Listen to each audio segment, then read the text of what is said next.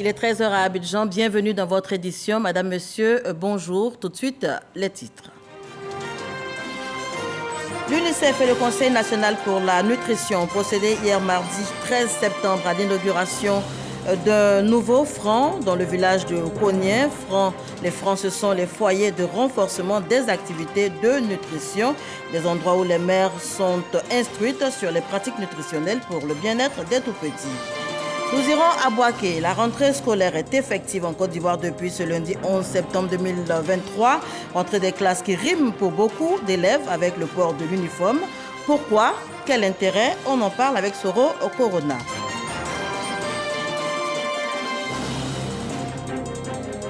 Et puis, plus de 2900 morts et 5500 blessés. Le bilan ne cesse de s'alourdir au Maroc après le séisme qui a secoué le pays vendredi dernier. Les secours continuent de s'organiser. Très attendu dans son pays, le roi Mohamed VI est arrivé hier mardi après donc un séjour en France. Il était aux côtés des victimes. Voilà pour les titres. Mercredi 13 septembre 2023, un conseil des ministres s'est tenu aujourd'hui donc, conseil en présence du président de la République, Alassane Ouattara. Les décisions de la réunion des membres du gouvernement vous seront proposées dans l'édition de 20h. Mais avant cela, je vous propose le communiqué de la CEI, communiqué de la Commission électorale indépendante relatif aux élections locales en Côte d'Ivoire, communiqué lu par Abou Sanogo. Le dimanche 3 et le lundi 4 septembre 2023, la Commission électorale indépendante a procédé à la proclamation des résultats des élections locales. Conformément à la loi portant organisation des collectivités territoriales, aux dispositions légales, la Commission électorale indépendante a établi pour chaque collectivité territoriale la liste des conseils régionaux et municipaux élus et l'a communiquée officiellement au ministère de l'Intérieur et de la Sécurité en vue de l'installation des conseils. Par conséquent, la Commission électorale indépendante tient à porter à la connaissance de tous les élus locaux que les questions relatives au désistement et à la vacance d'un siège de conseil régional ou municipal consécutivement au décès, à la démission ou pour toute autre cause ne relèvent plus de sa compétence. Les sénatoriales 2023, ce sera dans quelques jours. Le scrutin est prévu pour ce samedi 16 septembre. Nous sommes donc au 3e jour de campagne qui s'achève demain jeudi. Sur le coup de minuit, plus que quelques heures donc pour les candidats pour tenter de convaincre les grands électeurs. Les échos de la campagne dans l'édition de 20h ce soir. Direction la région du Poro pour parler nutrition. L'UNICEF et le Conseil national pour la nutrition ont procédé mardi 13 septembre à l'inauguration d'un nouveau franc dans le village de Kognien. Les francs, ce sont les foyers de renforcement des activités de nutrition communautaire. Et avec ces espaces, c'est bien la santé nutritionnelle des enfants de 6 à 23 mois sera scrutée à travers donc des opérations de dépistage régulières. Notez que les mères seront instruites sur les pratiques nutritionnelles pour le bien-être donc de leurs tout-petits. Dans ces espaces, plusieurs jeux y sont également implantés pour favoriser l'épanouissement des enfants. On en parle avec Khalil Diomandé qui est sur place dans le Poro.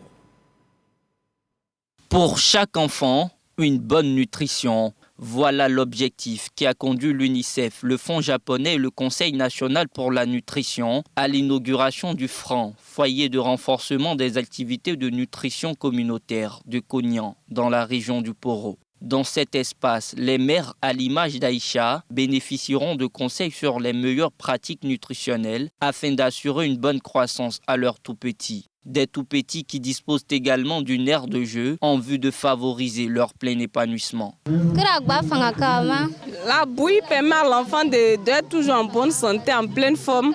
L'espace aussi, ça permet à l'enfant de s'épanouir. Parce que les jeux qui sont là, nous n'avons pas l'habitude d'avoir ce genre de jeux dans nos villages. Aujourd'hui, nos enfants vont bien se nourrir et ils ne vont pas tomber malades aussi. On remercie l'UNICEF pour tout ce qu'ils ont fait pour nos enfants. Une communauté villageoise heureuse, des partenaires tout aussi fiers d'accompagner l'État de Côte d'Ivoire dans son combat contre la malnutrition. La délégation japonaise conduite par l'UNICEF repart convaincue de l'impact de son apport financier pour l'éradication de la pathologie.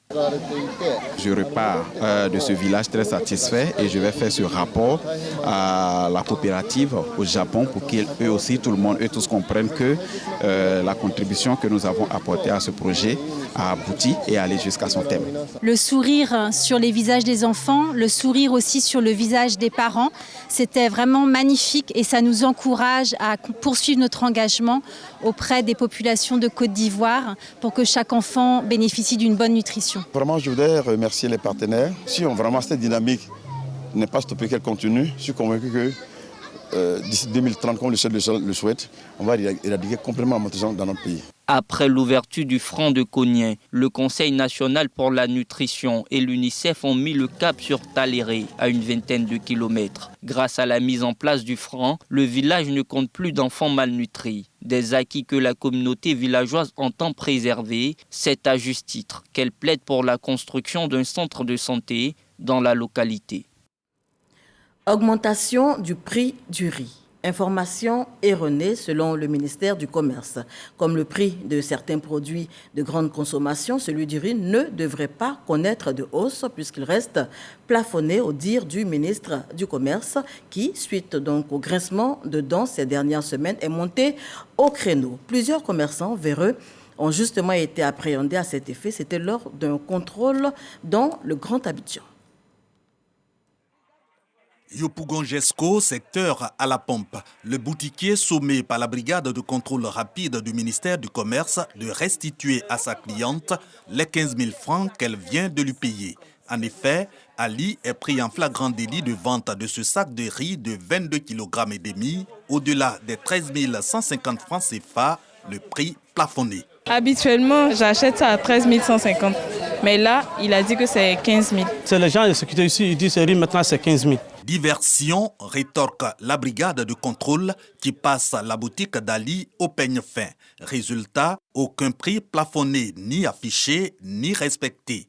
En clair, tous les produits de grande consommation chers vendus. La tomate Top Chef 370 grammes qui est vendue chez lui à 600 francs au lieu de 500. Le sucre roux 1 kg qui est vendu à 900 au lieu de 770. Le sucre carreau qui est vendu chez lui soit à 1000 francs ou encore à 1200, voilà, au lieu de 950. Une amende de 100 500 francs CFA est infligée sur place à Ali pour non-respect des prix plafonnés. Chez ses voisins, par contre, rien à signaler.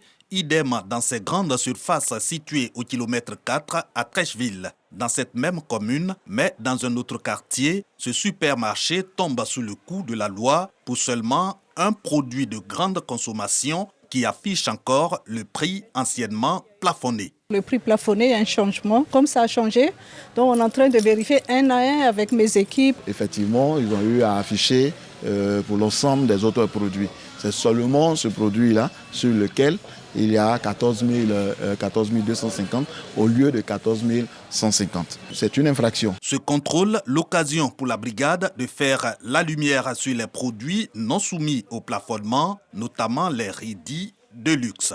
Pour l'heure, le prix du riz 5x5 qui est compté parmi les riz de luxe n'est pas plafonné.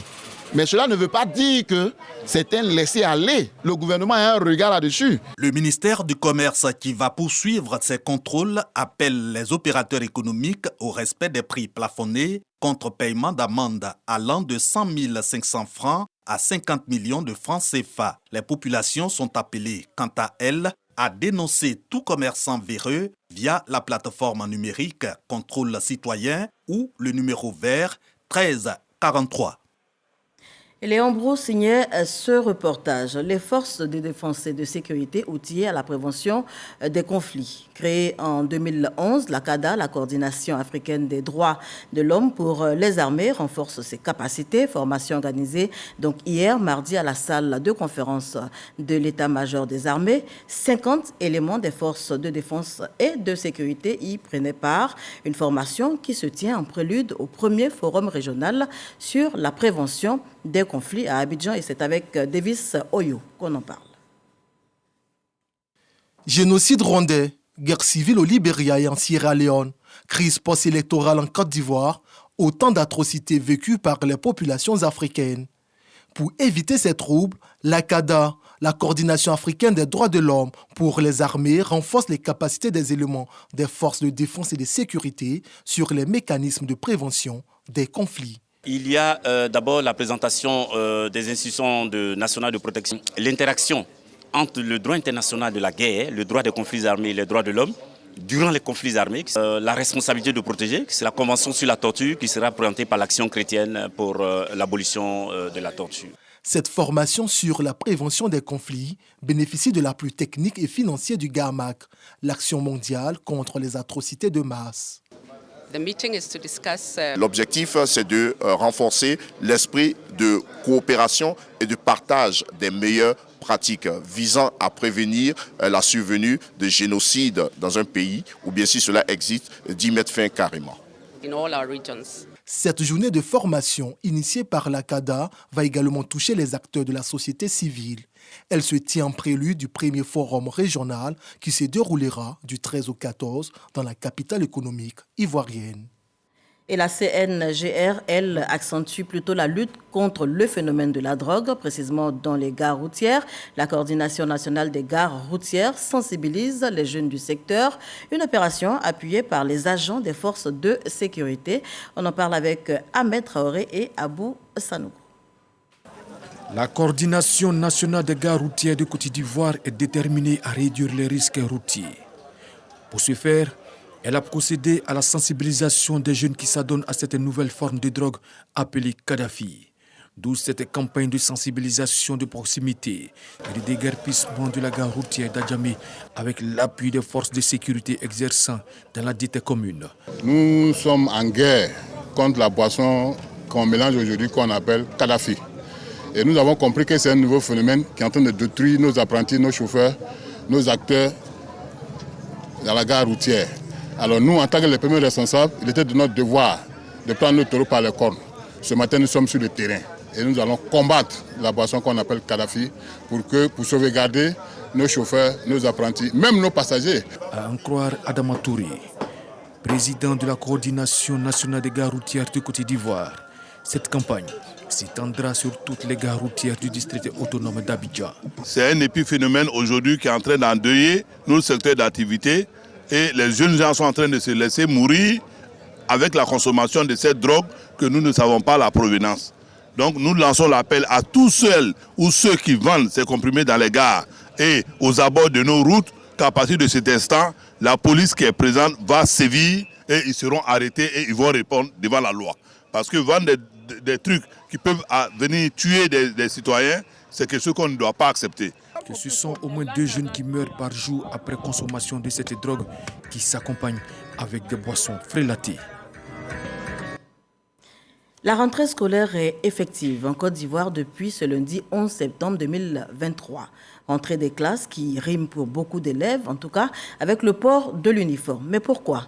Quel est l'intérêt pour les apprenants de respecter ce code vestimentaire et quelle est son importance ? Soro Corona s'est penché sur le sujet. Tenue froissée, sandales aux pieds, avec une mine peu reluisante. C'est ainsi qu'Aziz Fofana, en classe de 5e, fait son entrée dans son établissement scolaire en ce premier jour de la rentrée des classes. C'est pas normal et vu que je suis en tapette. C'est parce que je ne me suis pas encore inscrit, c'est pour cela. Même constat, du côté de la petite Sekongo, elle porte des tenues qui ne respectent pas les normes de la tenue classique. Je me suis habillée comme ça vu qu'il n'y a pas de cours actuellement. On vient seulement pour prendre quelques renseignements et puis repartir. Donc c'est la semaine prochaine que je vais m'habiller en bleu-blanc. Les chefs d'établissement rappellent aux apprenants l'importance du strict respect du code vestimentaire en milieu scolaire. Nous avons un certain nombre de normes, n'est-ce pas, que nous recommandons pour les tenues vestimentaires des élèves, les filles comme les garçons. Les tenues scolaires ne doivent pas être extravagantes. Les jupes doivent être du type paysanne, allant jusqu'aux chevilles, et avec un corsage blanc, n'est-ce pas, non transparent, manches courtes pour les filles. Pour les garçons, c'est une tenue kaki uniforme, non près du corps. Voilà, donc avec des cheveux coupés pour tout le monde. voilà, pour éviter, n'est-ce pas, les effets de mode. Voilà. Il est essentiel de souligner que le respect du code vestimentaire en milieu scolaire revêt d'une grande importance dans le cadre de l'éducation. Cela ne concerne pas seulement l'apparence extérieure, mais aussi la promotion de la discipline et du respect des règles. On parle santé à présent. Chaque année, le 8 septembre est une journée spéciale pour les kinésithérapeutes du monde. Journée mondiale de la kinésithérapie, l'occasion de faire découvrir la profession et de la promouvoir auprès donc du grand nombre, du grand public. À Ara, région du Moronou, l'association ivoirienne des masseurs kinésithérapeutes a célébré la 15e édition autour du thème arthrite et douleurs chroniques. Reportage signé Boubacar Silla, Soro Corona, RTI Boaké. Consultation et soins gratuits en faveur de la population d'Ara, région du Moronou. Suivi de la sensibilisation du public sur le rôle de la kinésithérapie dans le bien-être physique et du renforcement des capacités des kinésithérapeutes sur la rééducation des douleurs chroniques. Des activités menées lors de la 15e journée mondiale de la kinésithérapie. Cadre de réflexion, d'échange et de partage d'expériences célébrés chaque 8 septembre. Occasion pour les membres de l'association ivoirienne des masseurs kinésithérapeutes de faire connaître la profession et de mettre l'accent sur les défis de la kinésithérapie en Côte d'Ivoire. C'est tout à fait logique, selon les recommandations de la World Physiothérapie, qu'on puisse aller vers les populations où il n'y a pas de kinésithérapeute pour leur apporter, voilà, ou pour leur faire savoir le rôle réel du kinésithérapeute dans le bien-être physique, voilà, de la population.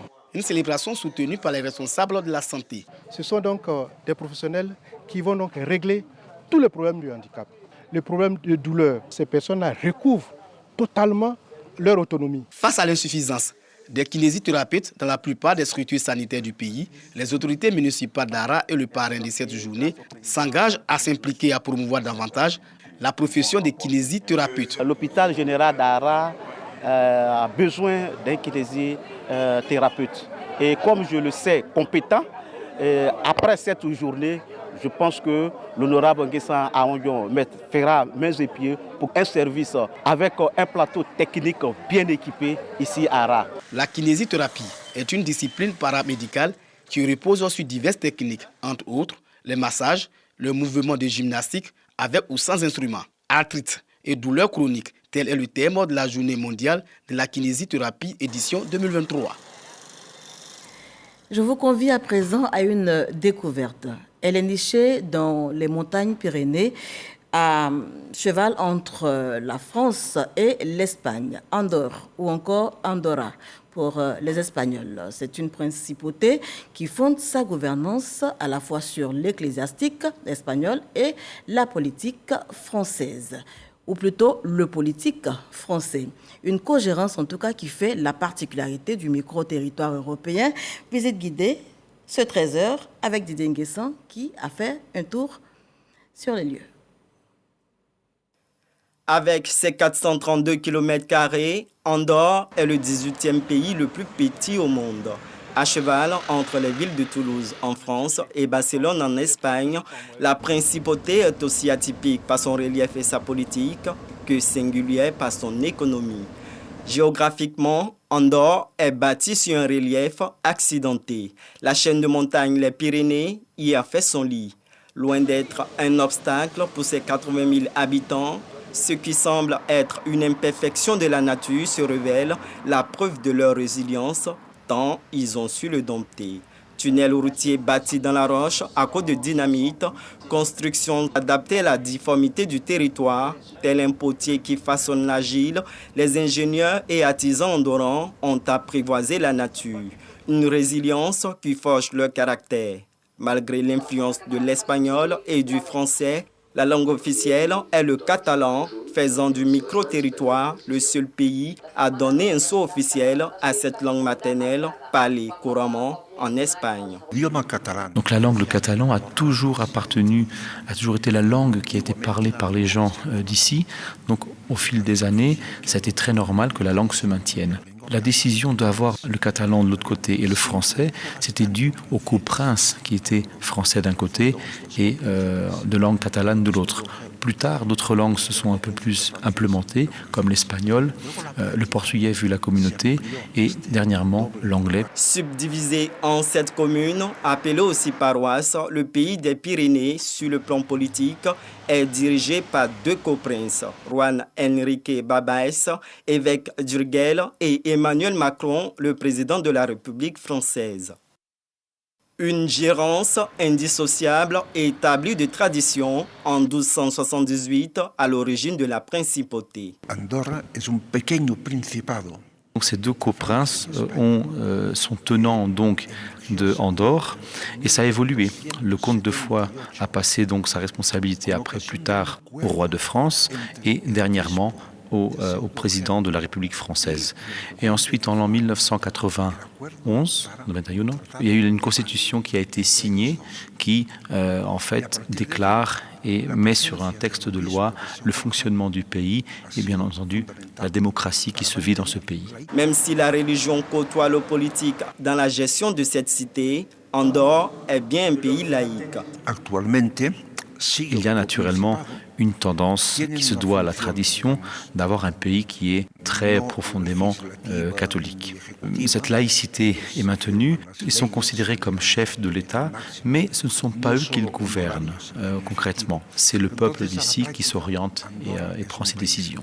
Avec une politique de défiscalisation sur plusieurs produits, la principauté attire les consommateurs européens et bien plus. Alors Andorre a un plan, je dirais, au niveau des impôts et au niveau de la redevance qui est beaucoup plus avantageux donc que les pays qui l'entourent, notamment de la France et de l'Espagne. Les grandes fortunes justement préfèrent habiter ici puisque ils seront beaucoup moins taxés. La manière dont les prix sont affichés, c'est assez intéressant puisque on compare beaucoup sur l'étiquette les prix par rapport à l'Espagne. Enfin, les commerçants utilisent des étiquettes où par exemple sur le prix d'un parfum, ils écrivent Espagna au-dessus et un chiffre et en dessous ils mettent le prix pratiqué. Et beaucoup de fois on arrive à avoir des remises vraiment assez importantes. Ça peut aller dans les 40%, presque les 50% sur par exemple un parfum. Le relief ne fut pas généreux avec Andorre. Le pays a fait preuve d'ingéniosité pour s'acclimater. Et mieux, les Andorrans ont puisé dans leur foi religieuse et leur attachement à la tradition politique, la force d'une économie attrayante. Voilà, Andorra, visite guidée avec Didier Inguessan, que vous pourrez revoir sur nos antennes. Le deuxième conseil du district autonome des Savanes s'est tenu récemment, c'était à Boundiali. On y va tout de suite avec Ami Sissoko.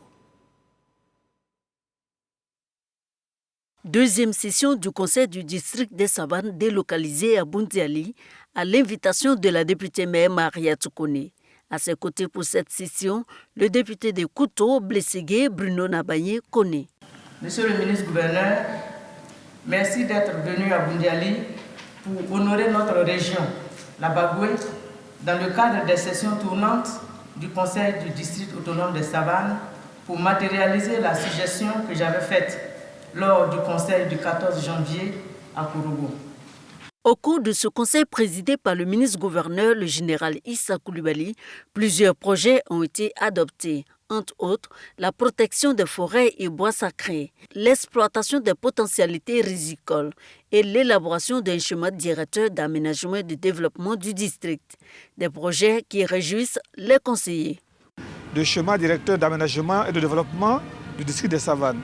Cet outil est important dans ce sens qu'il dresse les grands axes prioritaires en fonction desquels le développement va se déployer. Et cela permet à chaque acteur de savoir quelle est la partition qu'il doit jouer. Et c'est pour cela que cette session nous a paru très importante. Un cabinet d'études a été choisi par le Conseil pour sonder les populations sur les atouts, les potentialités et les grands projets du district qui comprend les régions de Bagoué, Poro et Tchologo. Toutes les régions qui composent notre district regorgent de potentialités énormes, encore sous-exploitées. Donc nous avons à nous donner la main, chacun, là où il se trouve, pour faire en sorte que ce potentiel soit connu, que l'état des lieux soit fait et que des projets de développement en sortent pour l'aménagement de notre territoire. Après le conseil du district, Les officiels ont visité plusieurs infrastructures en chantier, dont le centre hospitalier régional de Boundiali, le palais de la culture et la plus grande usine de transformation de l'ANACAD de l'Afrique de l'Ouest. On poursuit, on se rend pour ce faire à l'Institut national polytechnique Félix Houphouët-Boigny, INPHB de Yamoussoukro, établissement d'excellence en Côte d'Ivoire, qui vient donc de signer un partenariat avec l'Office du service civique national, ce pour inculquer le service civique aux étudiants de cet institut. Le reportage est signé Khalil Diomandé. La redynamisation du secteur de l'enseignement technique et professionnel se poursuit. À cet effet, dans le cadre du projet AVIC, projet de conception, de construction, d'équipement et d'assistance à l'exploitation et à la maintenance de 7 établissements de formation professionnelle, 91 enseignants et inspecteurs constituant la première vague partent en Chine pour une formation de 4 mois. Une formation qui s'inscrit également dans le cadre de l'Académie des talents. Aucun pays dans le monde ne s'est développé sans l'enseignement technique, sans la formation professionnelle.